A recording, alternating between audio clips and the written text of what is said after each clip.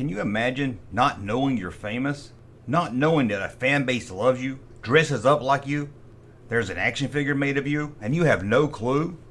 Well, that's what happened to Ebert Shin, known to many as the Ice Cream Man from Star Wars The Empire Strikes Back. For years, we all watched the movie and saw this random background character running the halls of Bespin's Cloud City, what we could tell easily was an 80s ice cream maker. I guess when your cities began taken over by an evil empire, you want to at least escape with your ice cream maker. Ebert was on the film set just for a couple of days. He did his part, and then he went on with life. The movie was released in 1980, and around that time, little was said about the running ice cream machine man.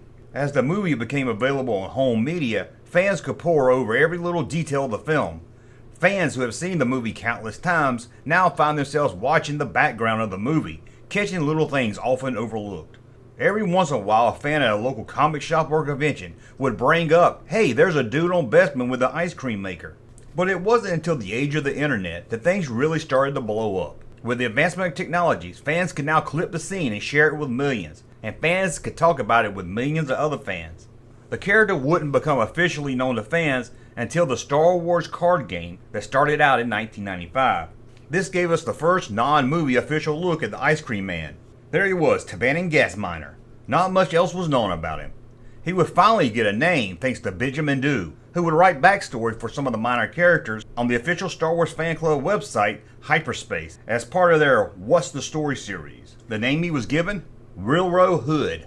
As the legend grew, he became an action figure in 2009. And best of all, fans would dress up like Willrow Hood for the running of the hoods at each Star Wars celebration, and that sometimes would carry over to smaller Star Wars conventions. All this time, the actor who played him was unknown, and the actor himself didn't know of the cult legend he had become.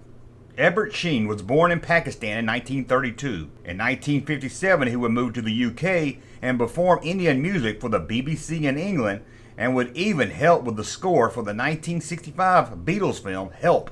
He would find a background role in the 1960 television show The Saint. In April of 1979, he found himself on the set of the Star Wars sequel.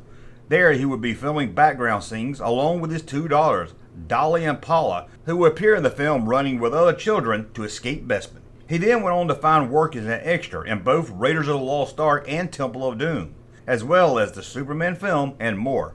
For years, fans would search moving casting lists, websites, talk to other actors, but no one could find out who the Ice Cream Machine Man was. Sadly, in 2019, Ebert would pass away, never knowing the impact he had on pop culture. In 2003, a Star Wars fan was looking into who the actor was, and it led him to his daughters, Dolly and Paula. They were going to say that he finally got the recognition that he had always wanted, but sadly, he never knew about it.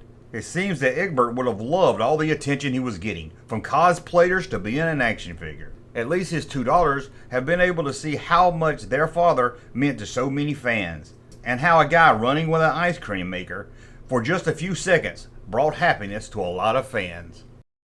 Hey, Junkman channel popping though. Thank you, sir, for that unsolicited testimony.